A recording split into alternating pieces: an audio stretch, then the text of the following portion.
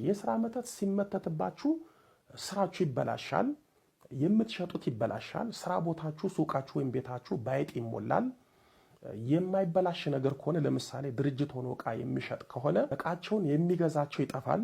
ዕቃቸው የሰራተኞቹና የሌቦቹ መጫወቻ ይሆናል። ዕቃዎቹም ይበላሻሉ። ዘበኛውም አላፊ አግዳሚው ዕቃቸውን እየወሰደ የሚዘርፈውም እየዘረፈ ይባክናል። ሌላው የሥራ መተት ያለባቸው ሰዎች ቤት ጤነኛ ናቸው፣ ስራ ቦታ ይጨንቃቸዋል፣ ያማቸዋል፣ ይደብታቸዋል፣ ይከብዳቸዋል፣ ያነጫንጫቸዋል፣ ሰው ያስጠላቸዋል፣ ስራው ያስጠላቸዋል። ስራውን በውድ ሳይሆን በግድ ይሰራሉ። በስራ ዕድላቸው ላይ መተት የተመተተባቸው ሰዎች በአስገራሚ ሁኔታ ከስራ ቦታቸው መልቀቂያ ሳይጠይቁ ስራቸውን በድንገት ለዛም ባልታወቀ ምክንያት ይተዋሉ። የስራ መተት ጥሩ የስራ ዕድላችሁን ይዘጋል። ልክ እንደ አብራን ክርት በስራ ምክንያት ያንከራትታል። ባለ ድርጅትና ባለ ሱቆች ከሆኑ ስራ ቦታቸው ድርሽ አይሉም፣ አይሄዱም። ስራ ቦታቸውን ሲያስቡት ያስጠላቸዋል። እንደውም ስራቸውን ትተው እንደ ቁራሌው ሲዞሩ ይውላሉ። ባስ ካለ ደግሞ ጫት ቤት ወይ የሆነ ቦታ ቁጭ ብለው ሲቅሙ፣ መጠጥ ቤት ተቀምጠው ሲጠጡና ገንዘባቸውን ለማንም ሲያወጡ ይውላሉ። አንዳንዱ በስራ መተት ሲያዝ የስራው ቦታ መሄድ ያስጠላዋል፣ ግን መሄዱ ደግሞ ግድ ይሆንበታል። የዚህን ጊዜ በሚሰራበት ሰዓት መሄድ ትቶ ስራው በሚዘጋበት ሰዓት ይሄዳል። ሄዶም ቀኑን ሙሉ የተሸጠውን ገንዘብ ወስዶ ሰው ሲጋብዝ ገንዘቡን ሲበትን ሲያባክን አምሽቶ ባዶ እጁን ወደ ቤቱ ይሄዳል። መተቱ የጸናበትና በመተት የዞረበት ደግሞ ስራው ቦታ በፍጹም አይሄድም።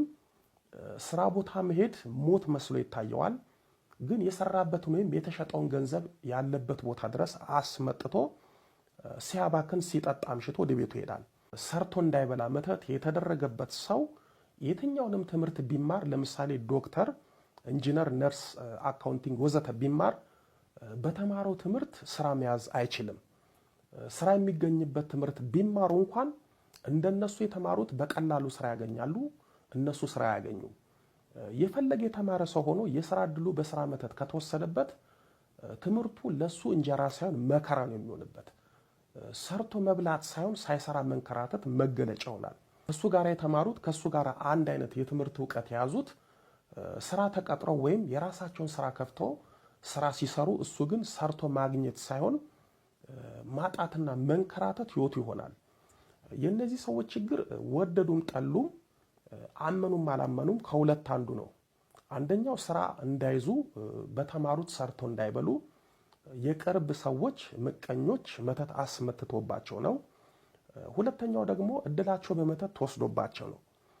ቀድሞ እድላቸው የተወሰደባቸው ሰዎች ጥሩ ትምህርት ተምረው በቀላሉ ስራ ማግኘት ሲችሉ የተወሰደባቸው እድል የስራ እድላቸውን ይዘጋል ወይም ይከለክላል። ስለዚህ በምቀኞችም ይሁን በራሳቸው ሰዎች ቀድሞ እድላቸው ከተወሰደ ሐኪምም ቢሆኑ መሐንዲስም ቢሆኑ ተፈላጊ ሙያም ቢኖራቸው ስራ መያዝ አይችሉም። እንደው ተማሙተው ስራ ቢያገኙ እንኳን በቀላሉ መስራት አይችሉም። ስራው ፈተና ይሆንባቸዋል። አለቃቸው፣ ሰራተኛው ፈተና ይሆንባቸዋል።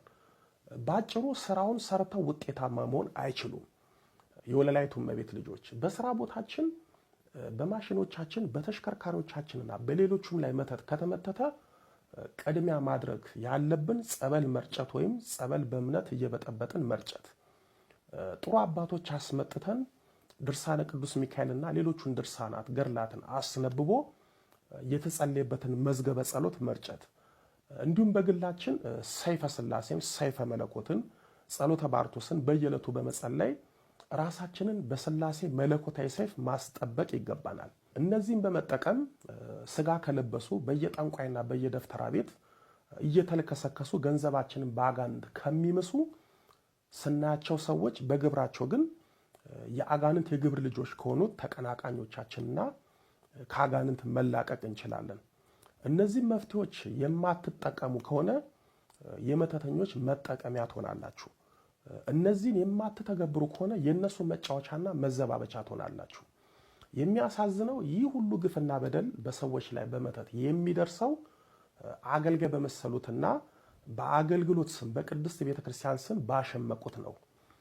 ልዑል እግዚአብሔር በትንቢተ ሚክያስ በምዕራፍ 5 ቁጥር 12 ላይ መተትንም ከእጅ አጠፋለሁ እንዳለ መተትን ከመተተኞች እጅ ያጥፋልን። መተተኛ ምስክር ነው። መቼም በዚህ አገልግሎት የማናየው ነገር የለም። የአንድ አባትና የአንድ እናት ልጆች የሆኑ ሁለት እህትማማቾች አግብተው ወልደው ይኖራሉ።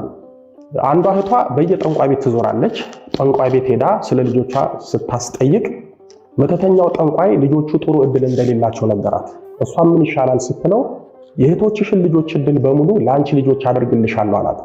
እሷም በዚህ ተስማማች። የገዛ የእህቶቿ ልጆች ላይ መተት አስመተተች፣ ወይም የእህቶቿን ልጆች እድል ለራሷ ልጆች አደረገች።